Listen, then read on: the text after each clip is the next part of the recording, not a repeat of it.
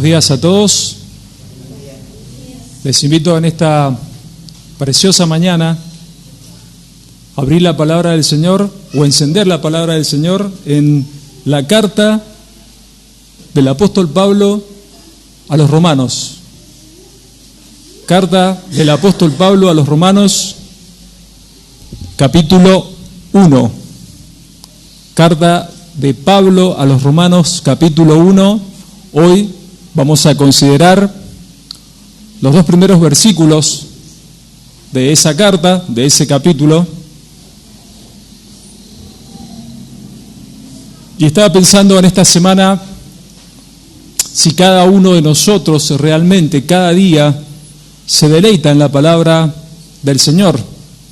Si ir a la Escritura es realmente un placer, un deleite, o tal vez sea una carga, algo que uno hace tal vez por compromiso para completar un check-in en la relación que uno mantiene con el Señor, o hay realmente un deseo antes de salir a la vida de hacer un devocional profundo y poder contemplar con los ojos de la fe, como siempre decimos, a la persona del Señor Jesús y sus atributos, y luego continuar durante el día, en la medida de nuestras posibilidades, con algún estudio personal de algún libro de la vida, si eso realmente genera un deleite.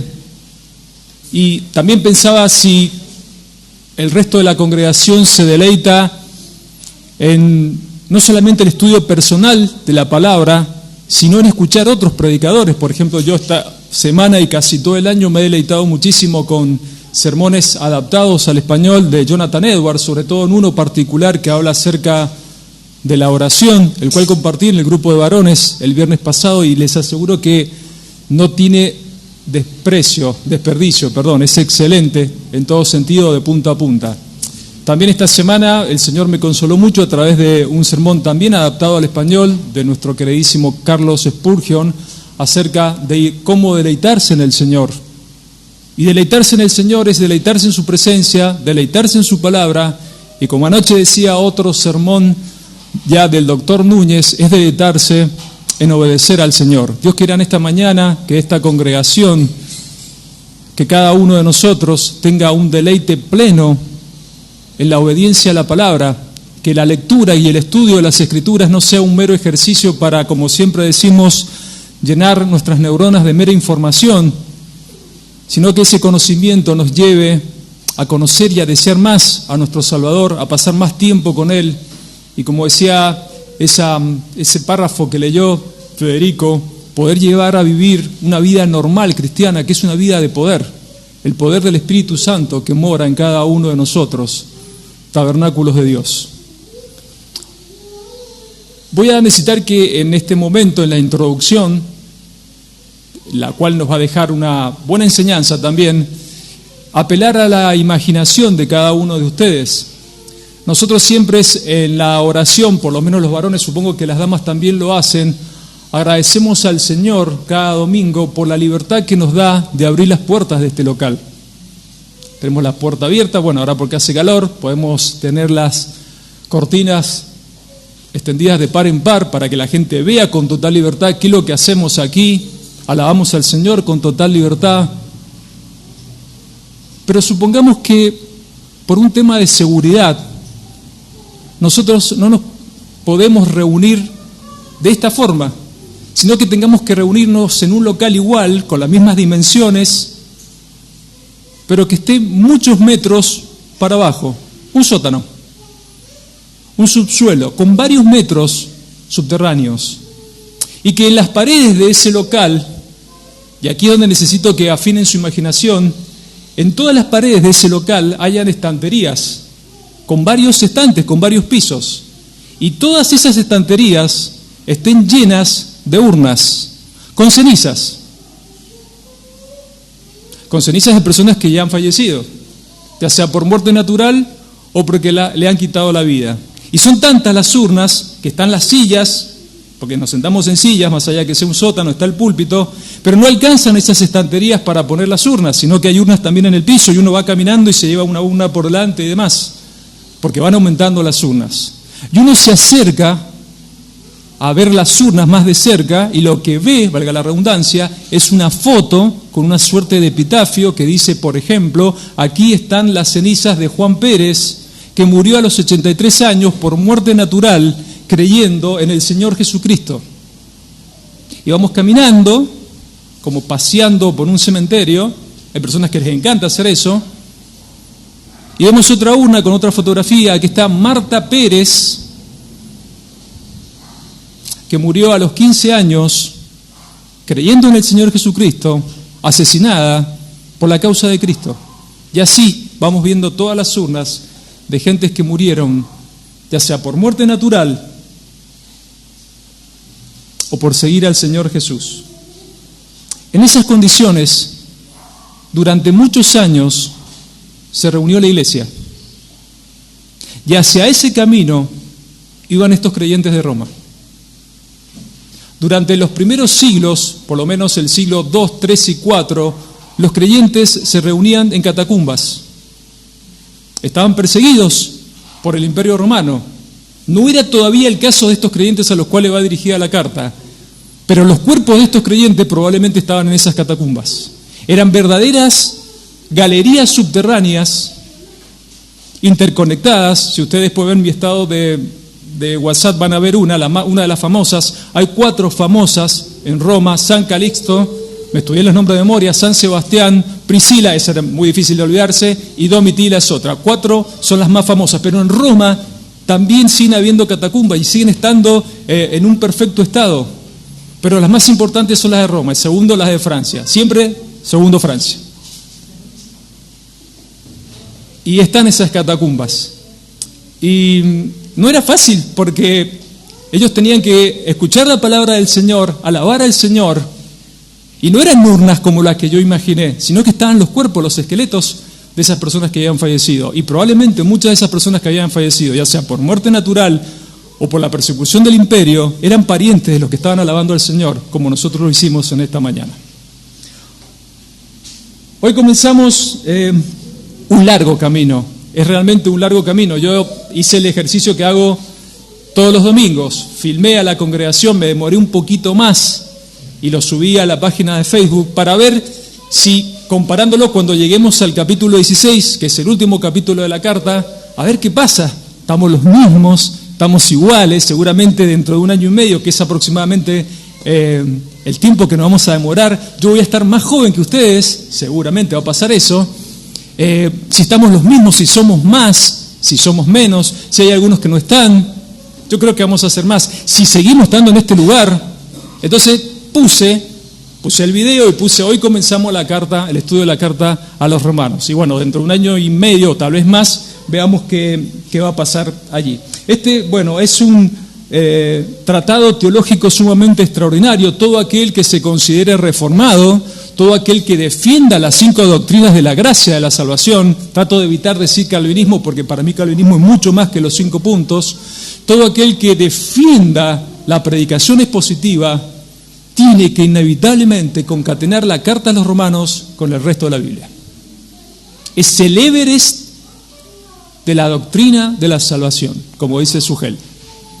Es más perfecta en sus combinaciones que la Rayuela de Cortázar. Yo no sé si alguno de ustedes ha leído la Rayuela de Cortázar. Bueno, es muy aburrida. El que no la ha leído no pierda tiempo. El que la leyó, bueno, yo también la leí. Pero la Rayuela aquí tiene de particular que donde por usted el capítulo que empiece, puede empezar por el capítulo 5, después bajar al 1 y siempre va a encontrarle un sentido a las distintas combinaciones. Por eso fue una obra de arte tremenda de la literatura del siglo XX hispanoamericana, más allá de que el autor esté muy relacionado con esta provincia, porque vivió un tiempo acá y fue jefe de cátedra de la Universidad Nacional de Cuyo. Bueno, la carta a los romanos es más perfecta aún. Si usted concatena los 16 capítulos con el resto de los 65 libros de la Biblia, va a encontrar la doctrina de la salvación en su máxima expresión. La soteriología en un estado puro. Va a entender el plan de salvación, el plan de redención de Dios a la perfección. Va a valorar aún más lo que el Señor, lo que el Padre ha hecho en Cristo por usted. Y a la hora de salir a predicar el Evangelio, va a tener una herramienta muy poderosa para poder compartir el Evangelio de la gracia. En esta carta vamos a encontrar el cómo, el cuándo, el por qué, el para quién es el cuánto y el dónde de nuestra salvación. Encontramos la doctrina del pecado, la culpabilidad del hombre, la bancarrota del hombre. En los primeros 11 capítulos nosotros encontramos los indicativos de la carta. En esos 11 capítulos nosotros encontramos todo lo que el Padre ha hecho por los escogidos de Dios en la persona de Cristo. Y en los capítulos 12 en adelante encontramos los imperativos de la carta. ¿Cómo debemos responder nosotros los escogidos en función a esas misericordias? De hecho, el capítulo 12 comienza diciendo: os ruego por las misericordias de Dios, que presentéis vuestros cuerpos. ¿Cuáles son las misericordias de Dios?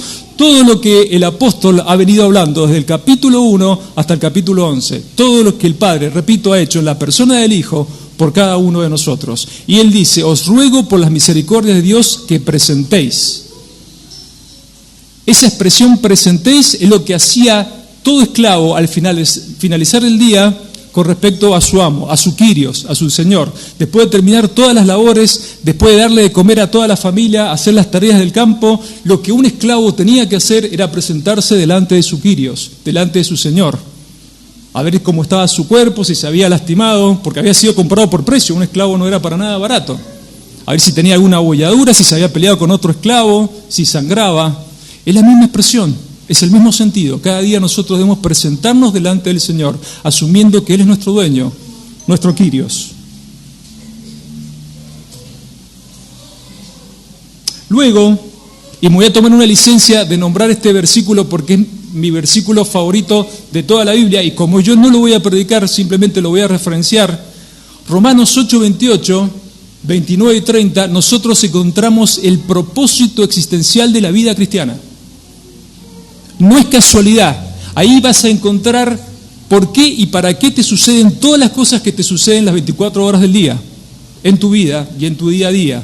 Nada es casual. Todas las cosas ayudan a bien, pero esta promesa es solamente para los hijos de Dios. El verso dice, y sabemos, o sea, está comprobado por la experiencia, que a los que aman a Dios, todas las cosas ayudan a bien. El bien supremo es el carácter de Cristo en cada uno de nosotros. Me tomo la licencia porque es mi versículo favorito, para mí es el versículo más importante de toda la Biblia, y porque recién lo vamos a ver en noviembre. Pero en noviembre del año que viene, o sea que falta un montón. Es muy largo el camino que tenemos por delante. Probablemente también la carta a los romanos, probablemente no, es el libro de la Biblia más comentado. Ustedes, si van a cualquier librería cristiana, ya sea virtual o de la que sea, van a encontrar que es el libro de la Biblia que más comentarios tiene, que más comentaristas tiene, es el libro más predicado también. Yo les voy a mostrar algo ahora, independientemente del autor. Este es un comentario, independientemente del autor, pero yo sé que la mayoría de ustedes tienen un cierto aprecio por el doctor MacArthur.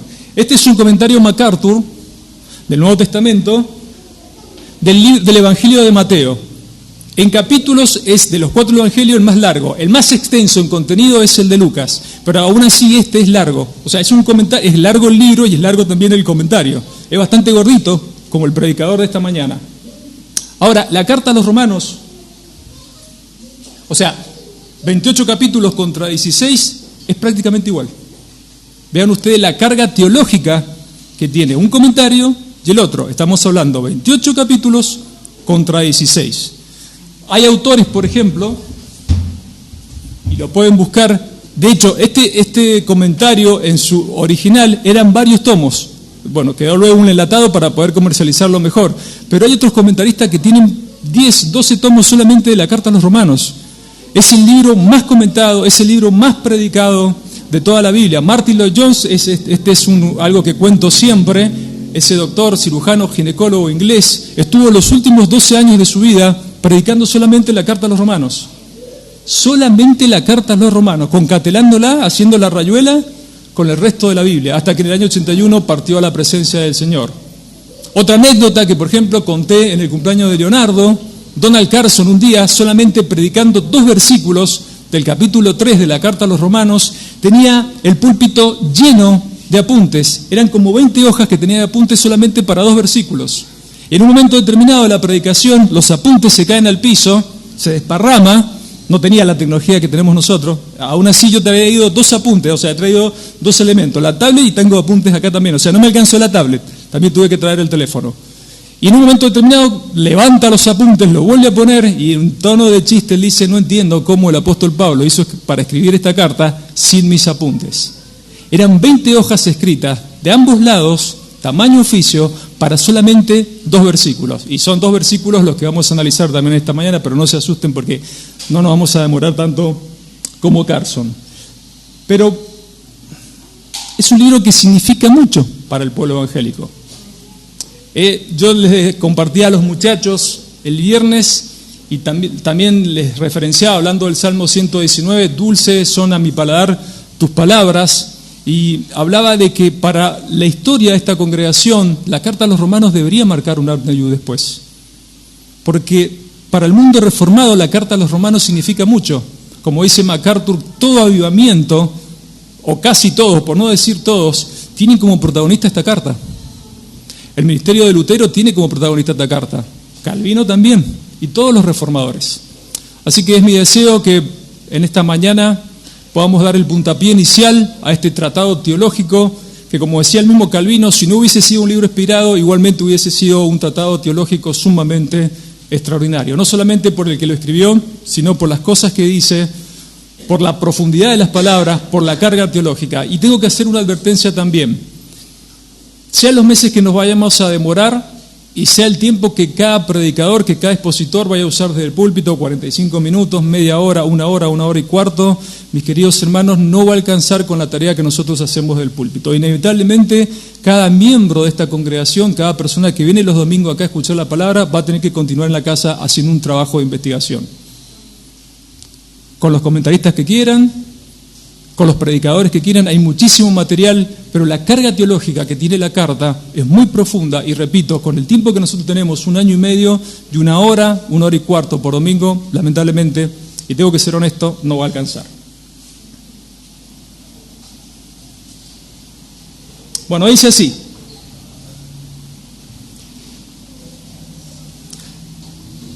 La carta tiene una ficha técnica. Hoy por ahí probablemente nos demoremos un poquito más porque la introducción a la carta, del mismo modo que uno cuando va a comprar, no sé, por ejemplo, un freezer, yo que me dedico a eso, entre tantas cosas, ¿no? Ese freezer tiene una ficha técnica y te dice, no sé, cuántos litros tiene de capacidad, las medidas de profundidad del freezer, las medidas de ancho, las medidas de alto, la capacidad interna, si tiene tapa ciega o tapa de vidrio, hay una ficha técnica. Bueno, esta carta también en su presentación, en su introducción, también tiene una ficha técnica. El autor de la carta es Saulo de Tarso, más conocido como el apóstol Pablo. En el versículo 1 vamos a hablar un poco más acerca del nombre del apóstol. Fue escrita aproximadamente en el año 58 después de Cristo, en la primavera de ese año. El lugar donde fue escrita la carta fue en la ciudad de Corinto durante el tercer viaje misionero del apóstol Pablo, y los destinatarios fueron, cristianos, y esto es muy importante, de procedencia judía, y algunos eran prosélitos. ¿Qué eran los prosélitos? Eran gentiles que se habían convertido al judaísmo y que luego se convirtieron al evangelio. Estas personas eran de Judea, eran de Palestina, eran de Jerusalén, y no por motivos de persecución, sino por motivos personales, se mudaron a la capital de Roma, un lugar estratégico que con el tiempo se convirtió en la verdadera boca del lobo para los cristianos. Y estos creyentes, sin intervención de ningún apóstol, ninguno de los anteriores 12 apóstoles, fundaron una iglesia en Roma, y varios grupos pequeños como solemos tener nosotros. Estuvo fundada la iglesia entonces por cristianos de procedencia judía y por cristianos prosélitos. También es interesante, y esta parte es muy importante, que todos los creyentes lo tengamos en cuenta, la carta tiene, como solemos decir, un amanuense, un secretario. Ya sabemos que han habido varios amanuenses, creo que en 2 Pedro el amanuense era Silvano, que es el mismo Silas. El amanuense de esta carta, lo encuentran ustedes en el capítulo 16, y al final él se presenta como el que escribe la carta de puño y letra, es un tal Tercio, del cual la Biblia no habla mucho, pero acá ya nos deja una enseñanza el hecho de que la carta tenga un amanuense o un colaborador. La vida cristiana no se vive en soledad. La vida cristiana no se puede vivir en soledad. No somos ermitaños espirituales, no somos islas. Eso por un lado. Y ningún ministerio tampoco se desarrolla en soledad. El apóstol Pablo tenía equipos de trabajo, tenía amanuenses como este Tercio, tenía colaboradores como Tito, como Timoteo, como el mismo Silas, tenía un médico personalizado como Lucas, tenía un equipo de trabajo en cada viaje, pero en cada iglesia a la cual él había predicado y conocía, también tenía un equipo de trabajo muy parecido a lo que hace el pastor Ariel con nosotros. No desarrollaba su ministerio en soledad, ya sea por el tiempo, ya sea por las distancias, o ya sea, como en este caso, probablemente por un tema de salud. Sabemos que él tenía un problema en la vista, tenía un virus que no solamente no le permitía ver bien, sino que además le deformaba el rostro. No estoy haciendo referencias al aguijón en la carne de Pablo de 2 Corintios 12, eso es otra cosa. Pero sí sabemos que tenía un problema en la vista y que era un virus, y que los problemas en la vista en aquel tiempo, en el siglo I, o en aquellos tiempos, eran muy comunes entre los hombres, por virus que se formaban por el mismo orín del hombre y el polvo del desierto. Y Pablo tenía ese problema en la vista. Entonces, para esta carta precisó de un amanuense. Y recordaba cuando escribía este bosquejo de esta introducción, que los primeros meses, cuando lo conocía Leonardo, él estaba muy preocupado y muy ocupado también, muy diligente con encontrar un pastor. Él no quería que el ministerio reformado, que había comenzado en su casa, Gracia Soberana se llamaba en aquel tiempo, fuese una isla sin pastor. Y se preocupó y se esmeró en encontrar, tuvo subidas y bajadas, porque había gente que se interesaba, que no se interesaba, hasta que en la misericordia y por la providencia del Señor apareció el pastor Ariel. Y eso está bien, es lo que corresponde. Una iglesia no puede vivir desconectada de un grupo pastoral, de una red, de un ministerio. La vida cristiana no se vive en soledad, y el ministerio tampoco se desarrolla solo. Sea cual sea el ministerio que te toque y sea cual sean los dones que el Señor te haya confiado. Hay un equipo de trabajo y se tiene que trabajar de manera colectiva. Bueno, dice así, vamos a ir al texto, esa fue la introducción. Romanos capítulo 1, versos 1 y 2, dice: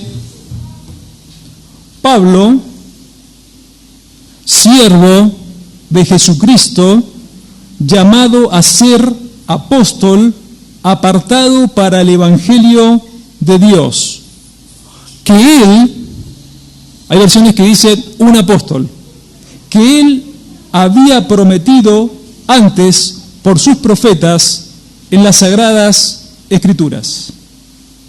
Vamos a orar. Amado Señor y Padre que estás en el cielo, en esta mañana nuestros corazones están llenos de gratitud porque podemos empezar solamente en tu misericordia un nuevo libro, una nueva carta. Te pedimos que sea tu Espíritu Santo trabajando en cada uno de nosotros, que tu palabra penetre hasta lo más profundo de nuestro ser interior, y como cada domingo, Señor, te rogamos, si hay alguien entre nosotros que aún no pertenece a la familia de la fe, en el beneplácito de tu voluntad, en tu elección y predestinación, con la convicción del Espíritu Santo, tráelo de condenación eterna a vida eterna. En el nombre precioso de nuestro Señor Jesucristo. Amén. Siempre hay que tener en cuenta lo que venimos hablando desde hace ya tiempo con respecto a las cartas o a las distintas etapas que tiene la Biblia. Nosotros sabemos que el Antiguo Testamento es toda una parte o una etapa de la Biblia de preparación, donde aparece el Cristo preencarnado, pero todavía no se ha encarnado. Los 4 evangelios son la manifestación de esa preparación, donde la segunda persona de la deidad se encarna en el Señor Jesucristo. Luego viene la tercera etapa, que es el libro de los Hechos, la propagación del evangelio, y ahora estamos viendo la parte de instrucción, que son las cartas. La carta a los romanos no fue la primera carta escrita, sino que el libro más antiguo del Nuevo Testamento, como ya hemos dicho anteriormente, es el libro de Santiago. Pero no es casualidad que la carta a los romanos esté después de los evangelios y después de la propagación del evangelio, porque lo que hace la carta es eso: presentar el evangelio, explicar el evangelio desde todas las aristas: el por qué, el cómo, el para quiénes, el dónde, el cuánto de tu salvación. ¿Tiene un fin la salvación? ¿Se va a terminar en algún momento? ¿Es para todos la salvación? ¿Por quiénes murió el Señor? ¿Para quiénes murió? ¿Es solamente salvación? ¿Hay alguna otra cosa que suceda en la vida del creyente en esa salvación? ¿Es solamente recibir la gracia de la salvación y el creyente, desde que se convierte, desde que es convertido, desde que es llamado hasta el cielo, tiene que quedarse de brazos cruzados y esperar que el Señor lo llame a su presencia? ¿O hay algo más para hacer? ¿O muchas cosas más para hacer? Bueno, todo eso explica la carta. Y no es ninguna casualidad que sea la primera carta del Nuevo Testamento. El autor se presenta como Pablo. Dice: Pablo, siervo de Jesucristo, llamado a ser apóstol, apartado para el Evangelio de Dios. Pablo, este es el nombre. Hay mucha tela para cortar acerca del nombre del apóstol Pablo. Hay muchísimo para hablar, pero yo prefiero resumirlo en lo mismo que hizo Juan Calvino. Simplemente decir que su nombre original judío era Saulo, el cual significa pedido a Dios, haciendo referencia al primer rey de Israel, el rey Saúl, y que su versión latina del nombre o de latín es Pablo. Nada más que eso. Ahora, en griego, porque en griego está escrita esta carta, empieza diciendo Paulos.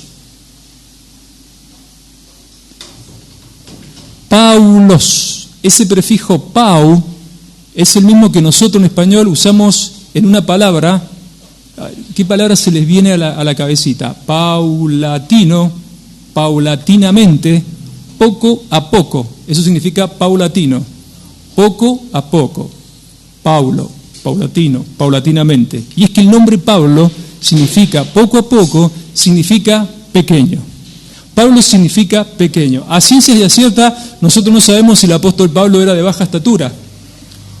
O ese nombre Pablo, en latín, él lo empezó a utilizar por otro tópico que vamos a ver un poquito más adelante. Yo creo que va por ahí el nombre. Pero Pablo significa eso, significa pequeño. Y dice que él fue separado, llamado a ser apóstol, siervo de Jesucristo, llamado a ser apóstol. Y veamos qué lo quiera este Saulo o este Pablo antes de su conversión.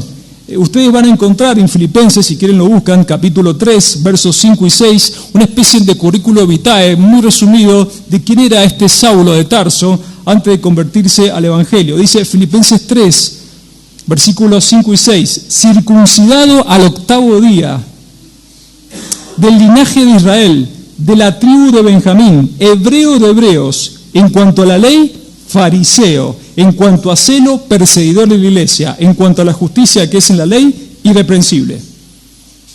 O sea, era un doctor de la ley, era hebreos de hebreos. Si había alguien que sabía de la ley judía, de la ley mosaica y de todo lo que tiene que ver con la ley, era este tipo. Porque no era un fariseo cualquiera, era un PhD en teología del Antiguo Pacto. Tenía un doctorado, tenía un máster, tenía todo. Y aparte perseguía a la iglesia. No asesinaba a cristianos, pero sí los perseguía y los entregaba en la cárcel. De hecho, el joven Saulo estaba cuidándole las ropas, las vestiduras, las túnicas, a aquellos que estaban martirizando a Esteban. Él estaba presente allí, era joven todavía Saulo. Era fariseo. El origen del fariseísmo era muy noble. Fariseo significa separado, santificado, apartado para el estudio de la ley. El principio era muy bueno, más allá de que no fue un llamado divino, sino que fue más bien por tradiciones judías, pero el principio de ser fariseo era muy noble. Sucede que con el tiempo fueron llenando esas convicciones con opiniones y tradiciones de hombres y se convirtieron en una verdadera levadura de hipocresía, pero el principio era muy bueno. Él estudió en algo que hoy sería el Harvard de la ley. ¿Por qué digo Harvard? Porque es muy caro estudiar en Harvard, y estudiar con Gamaliel era muy caro. El sueño de todo padre judío era que su hijo estudiase la ley con el rabino Gamaliel, pero costaba muchísimo dinero. Siempre ha sido caro ser judío. Siempre han estado muy relacionados con el dinero los judíos. Pero estudiar a los pies de Gamaliel, estudiar en la universidad rabínica más importante de ese tiempo, costaba muchísimo dinero. Pablo nació en Tarso, Saulo de Tarso, hoy sería la Turquía transcontinental. Hablaba a la perfección 2 idiomas, el arameo, que es un dialecto muy profundo, muy precioso del hebreo, y hablaba a la perfección el griego. No quiere decir que no hablaba latín o otros idiomas, pero esos eran los más antiguos y los que más se usaban. De hecho, el griego en esa época era como el inglés, el idioma universal de la actualidad. Tenía doble ciudadanía, judía y romana, porque Tarso pertenecía a una provincia o una ciudad que se llamaba Cilicia, y eso pertenecía al Imperio Romano. Sus padres tenían mucho dinero, tenían mucha influencia, por eso estudiaron con Gamaliel y consiguieron la doble ciudadanía. Pablo era ciudadano judío y también ciudadano romano. Por eso, después de convertirse al Evangelio, cuando es apresado en Roma, él está en el pretorio, en la guardia imperial. Es un preso político. Tiene ciertas con descendencias por ser ciudadano romano. En el primer encarcelamiento, en el segundo ya fue directamente para ejecutarlo. Pero tenía ciertas licencias, esa es la palabra, por ser ciudadano romano. Y para llegar a ser ciudadano romano había que tener mucho dinero. Ahora, me pongo a pensar qué habrá pasado con toda la fortuna de esa familia cuando Saulo se convirtió al Evangelio. Porque recordemos que cuando un judío dejaba el judaísmo y se convertía a la secta de los cristianos, porque así lo denominaban, por eso él perseguía a los cristianos, perdía la herencia, perdía la familia, perdía el parentesco, perdía el trabajo y hasta luego. Yo creo que él también tiene que haber perdido su fortuna, su herencia. Porque recordemos ahí en Filipenses 4, él decía en su ministerio, a veces tengo para comer, a veces no tengo para comer, a veces tengo abrigo, a veces no tengo abrigo. El apóstol dependía muchísimo de las ofrendas y de la benevolencia de las iglesias. Yo creo que él perdió su fortuna familiar, por el hecho de convertirse al Evangelio. Bueno, esto hacía Pablo, perseguía a cristianos. Saulo de Tarso perseguía a cristianos y los entregaba, porque para él era una secta de farsantes, de mentirosos, hasta que un día su vida, al igual que tu vida y que mi vida, dio un giro impensado para él, sorpresivo para él, pero no para el Señor. Mas yendo por el camino, aconteció que al llegar cerca de Damasco, repentinamente le rodeó un resplandor de luz del cielo, y cayendo en tierra, oyó una voz que le decía, ¿qué le decía la voz? Saulo, Saulo. ¿No se te pone la piel de gallina? Más de gallina todavía. Y cayendo en tierra, oyó una voz que le decía, Saulo, Saulo, ¿por qué me persigues? Él dijo, ¿quién eres, Señor? Y le dijo, yo soy Jesús, a quien tú persigues. Dura cosa te es dar coces contra el aguijón. Esa frase, ahora lo voy a explicar qué significa. Pablo, además de tener muchísimo conocimiento teológico del antiguo pacto, de la ley, además de saber un montón de idiomas, además de también tener un oficio porque él fabricaba tiendas, voy a explicar algo también de lo que significaba fabricar tiendas. Era un trabajo que dejaba mucho dinero porque las tiendas que él fabricaba eran con pieles muy caras, era un trabajo que dejaba mucho rédito. Pero él fue criado también en una cultura helénica, o sea que de la filosofía griega conocía todo, y conocía un montón. Y esa frase, dura cosa te es dar coces contra el aguijón, era una frase que estaba muy de moda en esa época por los griegos, y básicamente significa, no tiene sentido que trates de hacerle daños a los dioses. No tiene sentido que trate de golpear a los dioses, desde luego a los dioses griegos. Y en este caso, el Señor Jesucristo, como sabía que Saulo estaba familiarizado con esa frase, le está diciendo, Saulo, no tiene sentido que trate de matarme.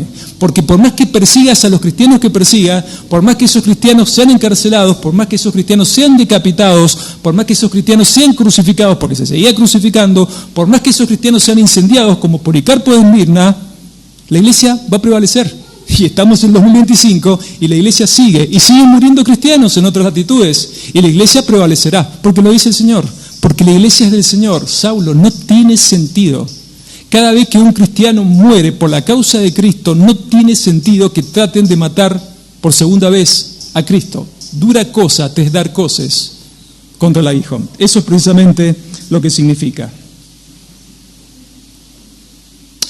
La vida de Saulo, la conversión de Saulo, es un ejemplo perfecto y extraordinario de la gracia del llamado eficaz de la salvación. Todos los elegidos se van a convertir. Y uno pensará y dirá, pero ¿cómo puede ser que un tipo con tanto celo, porque él mismo dice en cuanto a la ley, celo, perseguidor de la iglesia, un tipo que odiaba a los cristianos, de repente llegó a decir un día, para mí el vivir es Cristo, y el morir, el partir de esta vida es ganancia? Él odiaba a los cristianos, él odiaba al Dios de los cristianos. Y se convirtió en el apóstol Pablo. En cuanto a su ministerio, a mi modo de ver, y creo que todos vamos a estar de acuerdo, la historia de la Biblia, la historia de la iglesia, la historia de la humanidad, no nos va a entregar a ninguno de nosotros un teólogo más extraordinario que Saulo de Tarso. Usted puede poner en la mesa el teólogo que más le guste, la figurita que más le guste. Puede poner a Atanasio, que a mí me encanta, el próximo gato que yo tenga le voy a poner a Atanasio. Usted puede poner a Agustín, ya tuve uno que se llamaba Agustín y se murió, quedó ciego. Usted puede poner a Francis Schaeffer, puede poner a MacArthur, a Calvino, al doctor Sproul, a Martín Lutero, al que a usted le guste. Saulo de Tarso está por encima de cualquier teólogo. De hecho, todos los que nombré, de alguna forma dicen lo mismo. No ha habido un teólogo más extraordinario, más profundo. Y si no hubiese sido cristiano, lo mismo hubiese sido un teólogo sumamente extraordinario. Escribió, y este es un dato importante, el 50% de los libros del Nuevo Testamento. No estoy diciendo que en longitud y en contenido escribió el 50%, sino que la cantidad de libros escribió aproximadamente el 50%. Y él dice, en este versículo 1, se presenta como siervo de Jesucristo. O sea, pasó de ser un perseguidor, un hostigador de cristianos, un enemigo de la iglesia, uno que intentaba golpear al Dios, y se convirtió en un siervo de Jesucristo. En esto se convirtió el fariseo, el PhD en teología del Antiguo Pacto. Siervo, ¿cuál es la palabra que siempre usamos? Doulos, un verdadero esclavo. Y nosotros sabemos, por lo que ya dijimos anteriormente, Romanos 12, el presentarse, él se consideraba un esclavo del Kyrios, del Señor Jesucristo. Él entendía que toda su vida ahora le pertenecía al Señor. Él seguía manteniendo un celo, nada más que había cambiado de Señor, pero su celo era vehemente. Antes tenía celo por la ley y por perseguir cristianos, ahora su celo es por Cristo. Pero todos los derechos de su vida ahora le pertenecen a Jesucristo. Él ya no se siente con derecho propio, más allá de que ser un esclavo del Señor tiene muchos privilegios. Pero de pasar a ser perseguidor, celo en cuanto a la ley, fariseo de fariseos, ahora su celo es por Jesucristo. Y todos los derechos de propiedad de su vida le pertenecen a Jesucristo. Y fíjense que él nombra a Jesús, al Salvador, con su nombre de pila, Jesús, y con su título mesiánico. Jesús, ya sabemos, lo hemos dicho un montón de veces, que significa lo mismo que el nombre Oseas y que el nombre Josué, Salvador. Y también lo nombra con su título mesiánico, el Cristo, el ungido, el Mesías. ¿A quiénes ungían? Ya lo hemos dicho un montón de veces, profeta, sumos sacerdotes, reyes. Él se consideraba un esclavo, él se consideraba pertenecer al Salvador, que es el rey de su vida, el profeta en su máxima expresión y el sumo sacerdote en su máxima expresión. Él ya no se pertenecía a sí mismo. Y este sentir es el que debe haber, el que debe existir en cada uno de los creyentes que están esta mañana acá. Cada uno de nosotros, de alguna forma, más allá de que ser cristiano tiene muchos privilegios, tenemos un Dios sumamente extraordinario que escucha nuestras oraciones, tiene en cuenta nuestros deseos, al deleitarnos en Él, Él a su tiempo concede los deseos de nuestro corazón, pero nosotros ya no tenemos derechos sobre nosotros. No nos pertenecemos a nosotros mismos, todo lo que somos le pertenece al Señor. Nuestro cuerpo, nuestra mente, también nuestras emociones, las posesiones materiales que el Señor nos ha confiado son del Señor. Somos simplemente mayordomos. Los conocimientos que nos ha dado el Señor son para Él y son de Él, para la gloria de su nombre. Eso es lo que entendió Saulo. Y fíjense que tampoco es casualidad que presenta al Señor como Salvador, porque esta es la carta que presenta el plan de salvación. Y sin Cristo no hay salvación. No hay forma. Bueno, dice que Él es un doulos, un esclavo de Jesucristo, del Salvador Mesías, y también dice que ha sido llamado a ser apóstol, llamado a ser apóstol. Hay algo muy interesante aquí en cuanto a apóstol. La palabra llamado es la misma palabra que el llamado de salvación y que el llamado a ser santos, como vamos a ver en los próximos versículos, pero aquí el llamado está haciendo referencia a un llamado vocacional, que era el ministerio al cual se le estaba llamando a Saulo de Tarso. Nosotros sabemos que hay 13 apóstoles en total, ya Federico lo explicó hace un par de semanas atrás, pero también tenemos que considerar, no en el sentido de los 13, pero sí en el sentido de ser enviado, y ahora vamos a defender lo que es apóstol, que el Señor Jesucristo también es apóstol.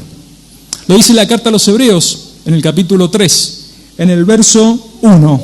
El Señor Jesucristo es el apóstol y sumo sacerdote de nuestra fe. Entonces, lo que nosotros también vemos, porque también vamos a hablar de los profetas en el segundo versículo, que en la persona de Cristo también confluyen o se juntan los dos ministerios. El ministerio profético, porque el Señor Jesucristo es el profeta, es la profecía en su máxima expresión, es la palabra de Dios hecha carne, y también el ministerio apostólico. Y dice que fue llamado a ser apóstol de manera vocacional. A ser apóstol del griego, y ahora empezamos con las palabras en griego, que no es muy diferente al español, apóstolos, que significa emisario, enviado, es un enviado. En el sentido general, si pensamos todos los creyentes somos apóstoles, pero no se hagan llamar apóstoles porque es una locura. Solamente existieron 13 con el Señor en un estado especial, 14. Ninguno de nosotros puede andar por la vida diciendo yo soy el apóstol Leonardo César Salgado, aunque queda bonito, porque queda bonito, pero no lo hagan, porque el Señor no se va a poner muy contento. Bueno, significa eso. ¿Y cuáles eran los requisitos para ser apóstol? Yo sé que muchos de ustedes se lo saben de memoria. Eran básicamente 3. Haber convivido con Jesús, haber pasado tiempo con el Señor, haberlo tocado, haber comido con Él, haber sido disciplinado por Él, haber sido encomendado por el mismo Señor Jesucristo, y hay un requisito que no podía faltar: haber sido testigo ¿de qué? De la resurrección del Señor. Bueno, pero ¿qué pasa con Pablo? Habría algunos que no estaría cumpliendo, porque él no convivió con el Señor. El apóstol Pablo no convivió con el Señor. Su llamado fue especial y además de ser especial, y ahora le voy a explicar por qué, él tuvo revelaciones especiales. Más allá de que Jacobo, Juan y Pedro tuvieron revelaciones especiales también con el Señor, ahí en el monte de la Transfiguración. Recordemos que Saulo de Tarso, lo hemos dicho muchas veces, fue al cielo en el espíritu, no en el cuerpo, estuvo un tiempo ahí, no sabemos cuánto tiempo estuvo porque ni él lo puede explicar muy bien, segunda carta a los Corintios, pudo ver cosas extraordinarias, pudo escuchar el idioma del cielo, parece ser que en el cielo hay un idioma diferente, palabras demasiado inefables, dice él, que no puede pronunciar, y después volvió. Tuvo revelaciones extraordinarias. Y por esas revelaciones el Señor, para que no se llene de orgullo, le coloca, a través de un mensajero de Satanás, y eso hay mucha tela para cortar, no es hoy el momento, un aguijón en la carne, una disciplina preventiva. Bueno, en cuanto a su ministerio apostólico en relación a su apostolado con el de los otros 12, él dice en 1 Corintios, capítulo 15, versos 8 al 9, y al último de todos, como un abortivo, él se consideraba un abortivo. Él en relación de su apostolado con el resto de los apóstoles se consideraba un abortivo. ¿Y qué significa un abortivo? Un nacido fuera de tiempo. Porque su llamado apostólico no fue en el mismo tiempo que los otros 12, fue fuera de tiempo. Y dice, y al último de todos, como a un abortivo, me apareció a mí, porque yo soy el más pequeño. ¿Qué significa, Pablo? Porque yo soy el más pequeño de los apóstoles, que no soy digno de ser llamado apóstol porque perseguí a la iglesia de Dios. Así que se consideraba Pablo. O sea, si nosotros comparamos, sin hacer una competencia, ¿no?, entre quién era mejor, porque nosotros podemos leer a Juan y a Pedro también y fueron extraordinarios, pero si nosotros comparamos el ministerio de Saulo de Tarso con el resto de los 12, y creo que Saulo está en un lugar sumamente destacado, aún así él se consideraba un abortivo, y el más pequeño de todos, y para mí que de ahí viene la versión latina de su nombre, que es Pablo. Es una apreciación personal. Bueno, dice que aparte fue apartado para el Evangelio de Dios. Y aquí hay mucho para aprender de nosotros. Aquí la palabra apartado significa lo mismo que santificar. Ha sido apartado, ha sido puesto aparte, ha sido designado de antemano. Y Gálatas 1:15, y acá tengo el otro machete, dice que él fue apartado, ¿sabe cuándo? No desde antes de la fundación del mundo, pero dice que fue apartado desde el vientre de su madre.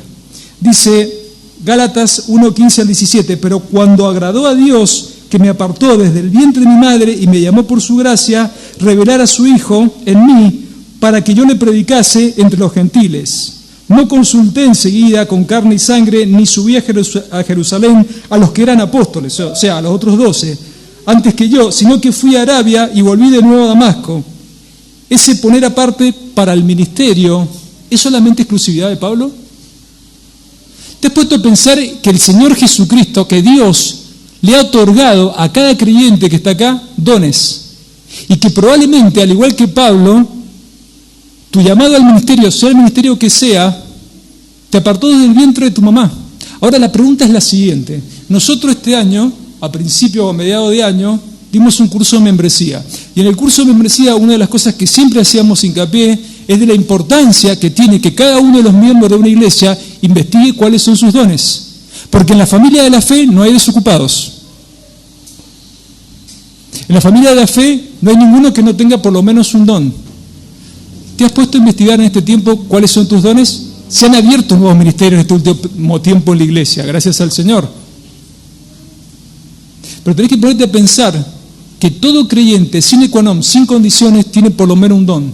Y que es la responsabilidad encontrar cuál es el don. Desde luego que el don lo da el Señor y lo comprueba el resto de la iglesia. Pero ese don que te da el Señor es para la construcción del cuerpo de Cristo. Te puede generar mucho placer servir al Señor.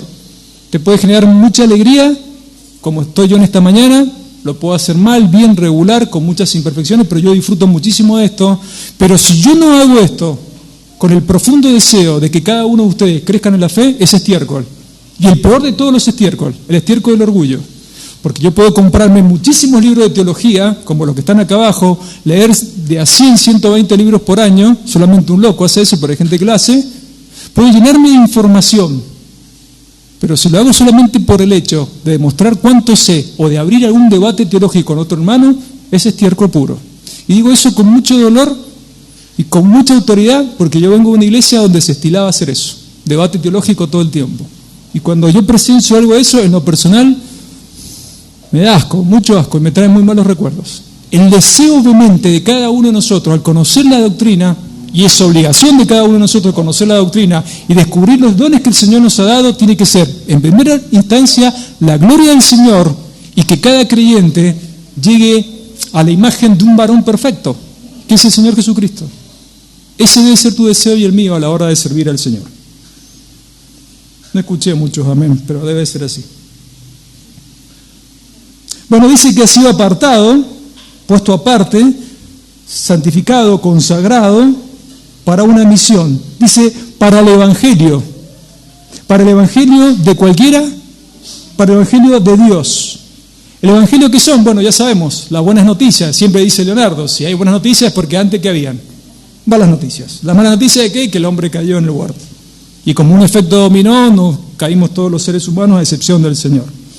Esas buenas noticias son el plan de salvación a través de, como decimos siempre, las tres columnas de esa salvación son la vida, la muerte y la resurrección del Señor Jesucristo. Hace referencia también el apóstol a que su ministerio apostólico incluía un ministerio evangelístico misionero. El ministerio apostólico de los otros 12 anteriores estaban más bien destinados o tenían prioridad ¿a quién? ¿Qué nación? La nación de Israel. Pero el caso del apóstol Pablo no es así. Pablo estuvo comisionado a los gentiles también. No quiere decir que porque esté comisionado a los gentiles no le predicabas también a los de su nación, pero no era muy fácil, porque fíjese bien que los judíos odiaban a los gentiles.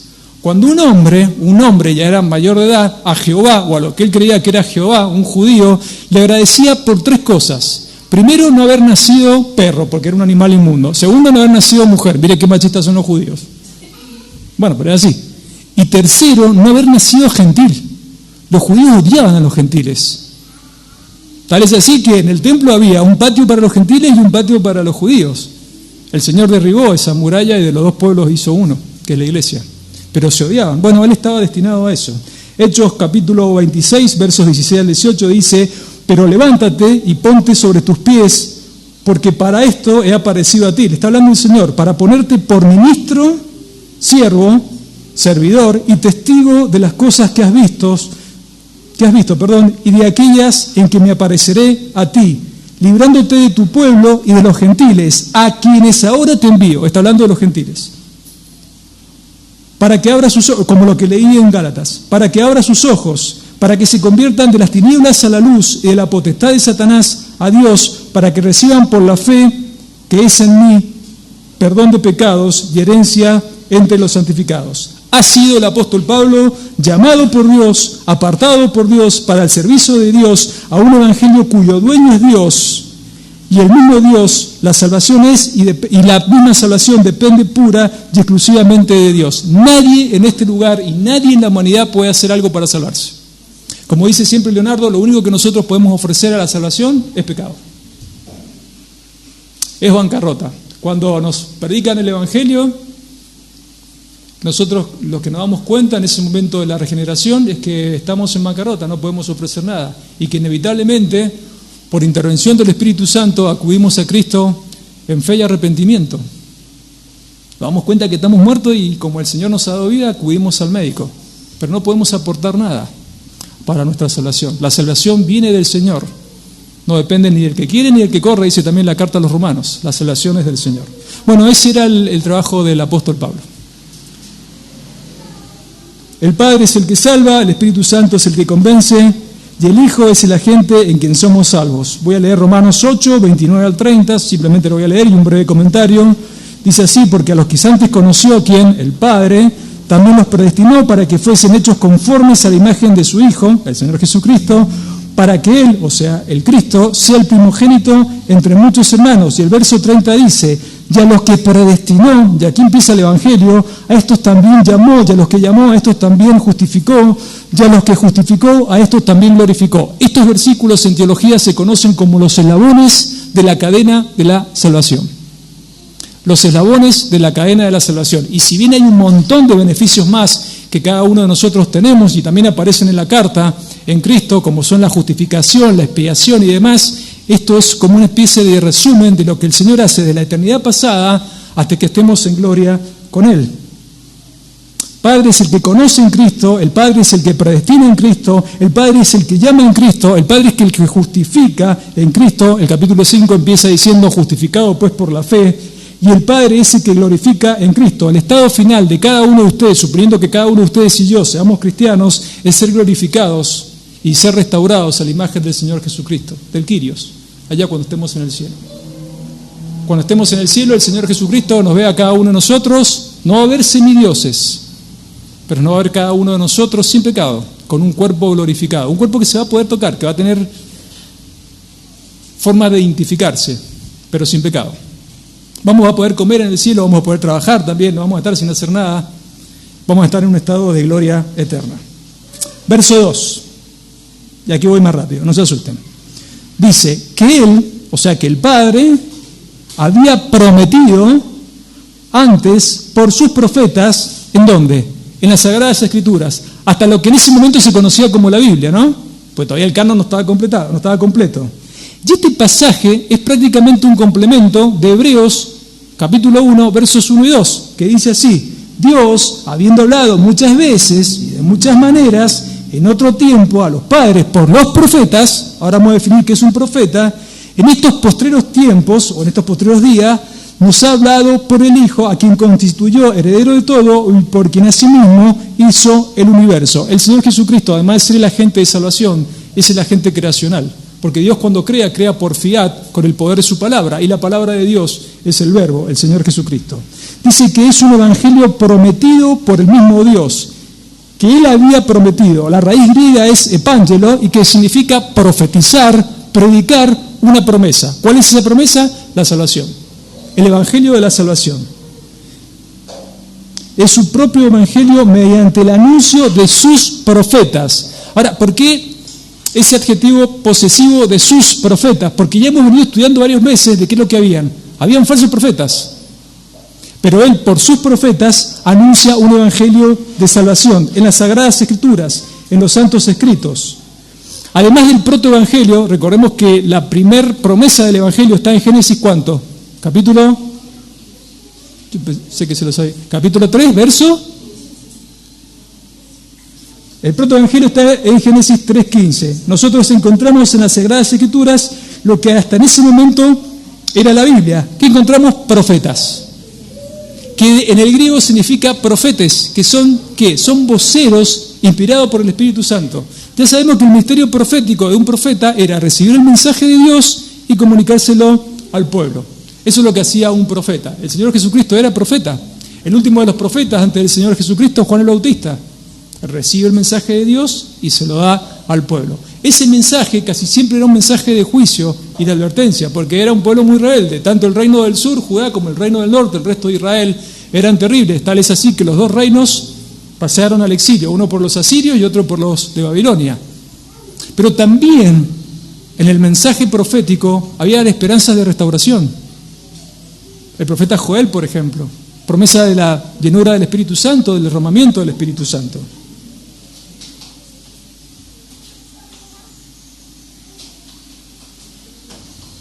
Casi siempre el mensaje de esos profetas era de juicio. Desde la caída del hombre, Dios viene prometiendo, desde la caída del hombre hasta la encarnación del verbo, Dios viene prometiendo un evangelio que contiene un plan de salvación, de redención, que es el tema central de toda la Escritura. Ese plan o ese pacto de salvación ha sido planificado por la Trinidad desde antes de la fundación del mundo. Dios podría no haber creado a la humanidad. Dios podría haberse ahorrado el trabajo de haber encarnado a su Hijo y haber muerto y no haber creado al ser humano, porque Él en su preconocimiento sabía que el hombre iba a caer. Sin embargo, decidió crear al hombre igual, a sabiendas de que iba a tener que enviar a su Hijo. Hacerlo hombre, hacerlo ser humano, perfectamente hombre, perfectamente Dios, y sufrir el Calvario. A Dios no le tomó, como siempre decimos, por sorpresa la caída, y en ese plan de redención está incluida la restauración de la imagen de Dios en cada uno de nosotros.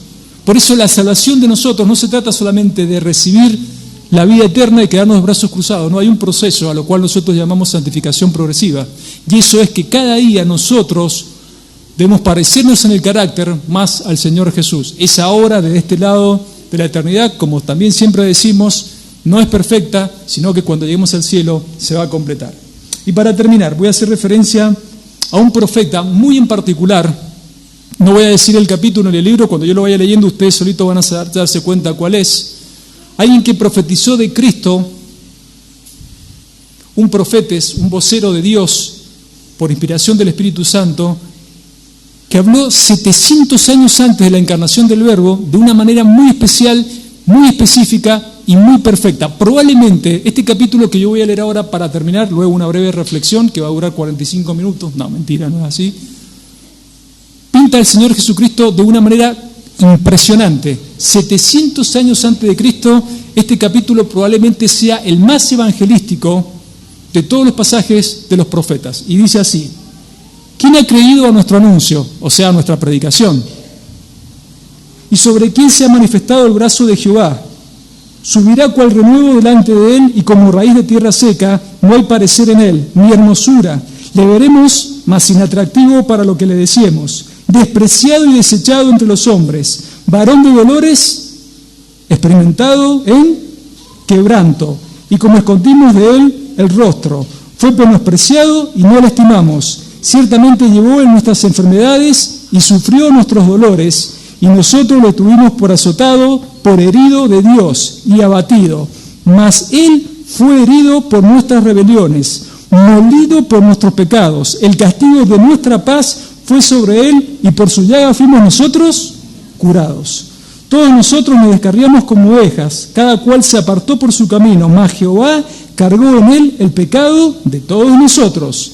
Angustiado él y afligido, no abrió su boca, como cordero fue llevado al matadero, y como oveja delante de sus trasquiladores, enmudeció y no abrió su boca.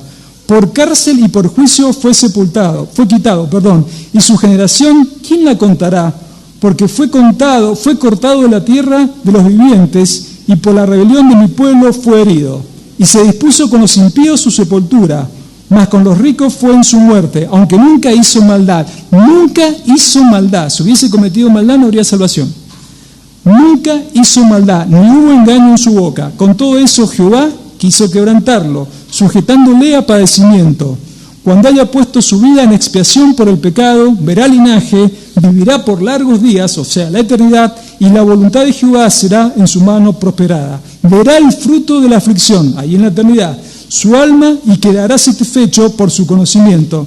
Justificará a mi siervo, justo a muchos, y llevará las iniquidades de ellos. Por tanto, yo le daré parte con los grandes, y con los fuertes repartirá despojos, por cuanto derramó su vida hasta la muerte, y fue contado con los pecadores, habiendo llevado el pecado de muchos. No de todos, de muchos.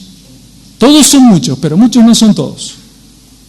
Llorando por los transgresores. El Señor Jesucristo oró en la cruz: Señor, perdónalos porque no saben lo que hace. Esta profecía es Isaías 53, es probablemente el capítulo más evangelístico de esos profetas de Dios del Antiguo Pacto.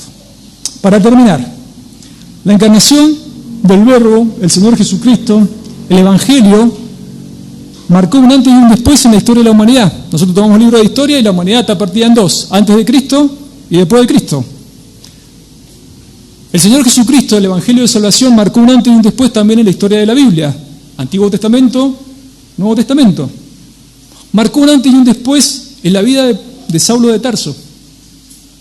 Perseguidor de la iglesia, fariseo de fariseos, hasta el punto de llegar a decir un día: para mí el vivir es Cristo y el morir es ganancia. La pregunta en esta mañana es: ¿ha marcado el Señor Jesucristo un antes y un después en tu vida? ¿Sientes profundamente en tu ser interior que has sido beneficiado con todos los beneficios, valga la redundancia, que Dios el Padre ha hecho en la persona de Cristo? ¿Tienes plena seguridad hoy día que si te toca partir a la eternidad, y no quiero manipular emociones, al cerrar los ojos aquí, lo vas a abrir en la presencia del Señor? Dios quiera que la respuesta sea sí.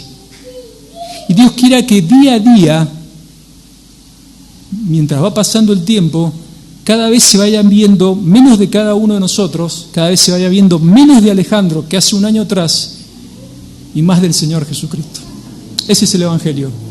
Y esta es solamente la introducción, y una cortita introducción, porque nos podríamos haber demorado mucho más domingos de lo que es y lo que va a ser el extraordinario tratado teológico que el Señor nos ha regalado a través de su siervo Pablo, la carta a los romanos. Que el Señor bendiga su palabra.